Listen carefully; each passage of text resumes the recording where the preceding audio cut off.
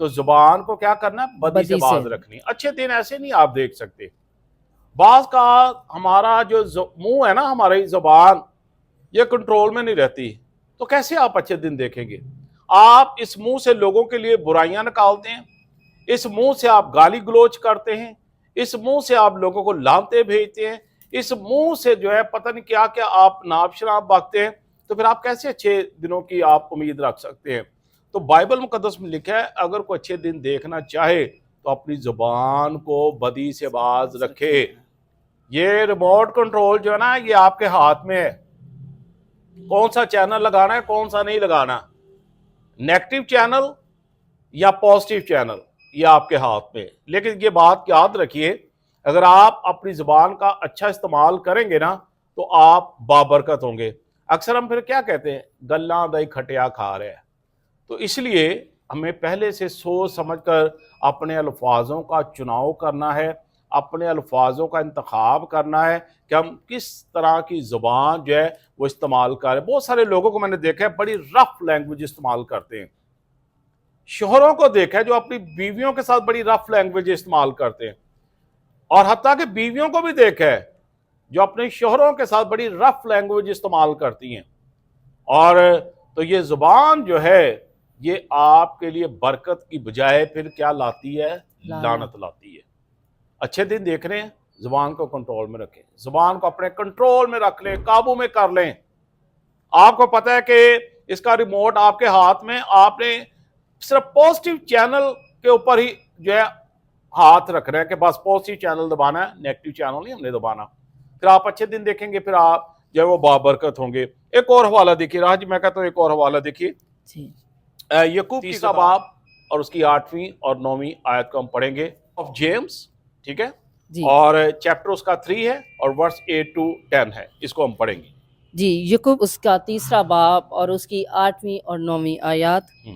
مگر زبان کو کوئی آدمی قابو میں نہیں کر سکتا، مگر زبان کو کوئی آدمی قابو میں نہیں کر سکتا۔ دیکھیں یہ دیکھیں، میں نے پہلے بھی کہا کہ یہ آپ کے کنٹرول میں اس کو، اور یہاں پر بائبل مقدس میں لکھا ہے زبان کو کوئی بھی کنٹرول میں نہیں کر، بڑا مشکل سا کام ہے نا، تو یہ اس لیے یہاں پر کلام مقدس میں لکھا ہے اس کو قابو میں نہیں رکھ سکتا۔ آگے پڑھیے۔ وہ ایک بلا ہے، وہ ایک بلا ہے، اور یہ بلا جو ہے نا، یہ بلا بڑے بڑے گھرانوں کو تباہ برباد کر دیتی ہے۔ یہ اس بلا نے نا بڑے بڑے گھر اجاڑ دیے ہیں، اس بلا نے لوگوں کی طلاقوں تک بات پہنچ گئی ہے۔ یہ بلا جو ہے یہ بچوں کو ماں باپ سے جدا کر دیتی ہے اور ماں باپ کو بچوں سے جدا کر دی۔ یہ ایک ایسی بلا ہے جس نے بہت سی تباہی بربادی پھیلا دیتی ہے۔ جی، یہ ایک بلا ہے جو کبھی رکتی نہیں، جو کبھی رکتی نہیں ہے۔ زہر قاتل سے بھری ہوئی ہے۔ یہ اس کے اندر جیسے سانپ کے اندر زہر نہیں ہوتا تو سانپ ڈسنے کے بغیر باز ہی نہیں آتا۔ وہ کہتے ہیں کہ جتنا مرضی آپ سانپ کو دودھ پلائیں وہ ڈسنے سے باز نہیں ہے، اس نے ڈس کے رہنا ہے۔ تو زبان جو ہے نا یہ زہر قاتل سے بھری ہوئی ہے، یہ ڈسنے سے باز نہیں رہتی۔ یہ جب آپ کے اوپر خدا کا فضل ہوتا ہے نا، جب آپ اس زبان کو اپنے کنٹرول میں دے دیتے ہیں، تو راجی اکثر ہم وہ زبور گاتے ہیں نا، میرے ہونٹاں دی کر رکھوالی منہ تے نگاہ بان۔ بس خدا سے یہ دعا کیا کریں کہ وہ آپ کے ہونٹوں کی حفاظت کرے، آپ کے منہ پر وہ نگہبان فرشتہ کا پہرا لگائے، کیونکہ یہ رکتی نہیں ہے، یہ گھروں کو تباہ کرتی، یہ برباد کرتی، یہ تباہی بربادی، کیونکہ یہ ایک بلا ہے، یہ زہر قاتل سے بھری ہوئی ہے۔ جی آگے۔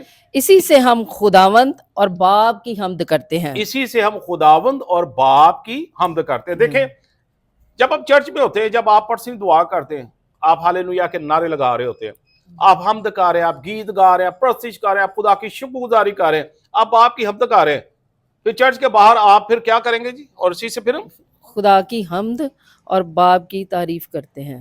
اسی سے ہم خداوند اور باپ کی حمد کرتے ہیں، اور اسی سے آدمیوں کو جو خدا کی صورت پر پیدا ہوئے ہیں بد دعا دیتے ہیں، اور اسی سے کیا کرتے ہیں؟ بد دعا دیتے ہیں۔ تو یہ دیکھیں زبان برکت کے لیے بھی ہے، لعنت کے لیے بھی ہے، آپ اس کا استعمال کرتے ہیں، لیکن یاد رکھیے اپنی زبان کو ہمیشہ اپنے کنٹرول میں رکھا رہے، خدا سے دعا کیا کریں کہ خدا آپ کی زبان کا ذمہ لے۔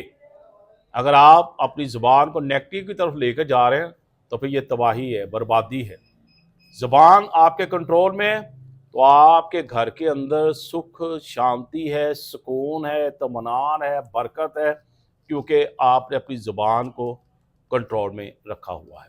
جی جی جی بالکل، اور خاص طور پر ان ماؤں کے لیے، ایماندار لوگوں کے لیے، کہ وہ اپنے الفاظ کا چناؤ بڑا سوچ سمجھ کے استعمال کریں۔ میں نے پہلے بھی ویڈیو میں بتایا کہ ہم جو کچھ بولتے ہیں وہ ہماری زندگی پر اثر انداز ہوتا ہے۔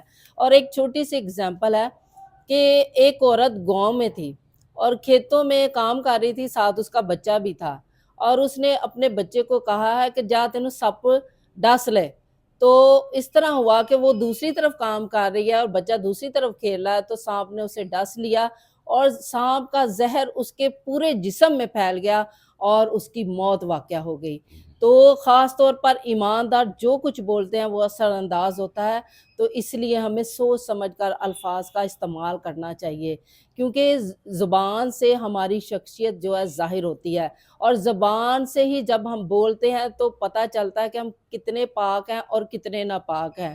تو ہمیں ضروری ہے کہ اپنے زبان کو کنٹرول میں رکھیں اور اپنے لبوں پر نگہبان فرشتے کو بٹھائیں، تاکہ جس منہ سے ہم خداوند کی اور باپ کی حمد کرتے ہیں، اسی منہ سے ہم آدمیوں کے لیے برائی پیدا نہ کر سکیں۔ جی بالکل، دیکھیں اکثر بچوں کی عادت ہوتی ہے نا، بچے اکثر بڑا تنگ کرتے ہیں ماؤں کو، تو کچھ مائیں جو ہوتی ہیں پھر وہ برداشت نہیں کرتے، پھر وہ جو منہ میں آتا ہے نا بچوں کے لیے پھر وہ جو ہے نا تیزی کے ساتھ کام ہو رہا ہے، کیا کیا الفاظ نکلے ہوتے ہیں اپنے بچوں کے لیے، اور وہ بچوں کے پر اثر انداز ہوتے ہیں۔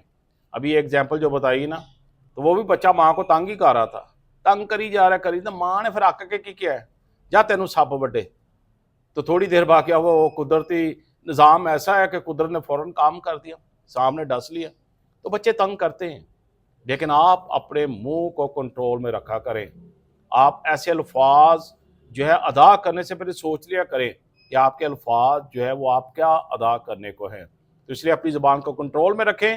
زبان کنٹرول میں ہے تو پھر آپ کا سب کچھ آپ کے کنٹرول میں ہے۔ خداوند آپ کو برکت دے۔ God bless you. God bless you.